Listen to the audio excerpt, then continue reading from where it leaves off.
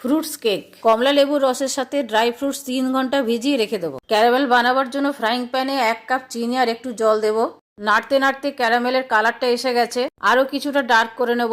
এবারে ভেজানো dry fruits গুলো দিয়ে দেবো, একটা বাটিতে শিফট করে নেব। ব্যাটারটা বানাবার জন্য একটা বাটিতে নেব 1/4 কাপ রিফাইন্ড অয়েল, 1/4 চামচ ভ্যানিলা এসেন্স আর 2 কাপ ময়দা, 1 চা চামচ জায়ফল লবঙ্গ গুঁড়ো, 1 চা চামচ দারচিনি গুঁড়ো, 80 গ্রাম মিল্ক পাউডার, 1 চিমটি নুন। সমস্ত উপকরণ মিশিয়ে নেব। ক্যারামেল আর ড্রাই ফ্রুটস এর মিশ্রণটাও মিশিয়ে দেবো। মিশ্রণটা ঠান্ডা হয়ে গেছে, সবকিছু মিশিয়ে নেব। এবারে একটু একটু দুধ দিয়ে ব্যাটারটা বানিয়ে নেব। দেব টুকরো করে রাখা কিছু পেঠা, মিশিয়ে নেব। এর মধ্যে দেব 1/2 চা চামচ খাবার সোডা আর 1 চা চামচ বেকিং পাউডার, মিশিয়ে নেব।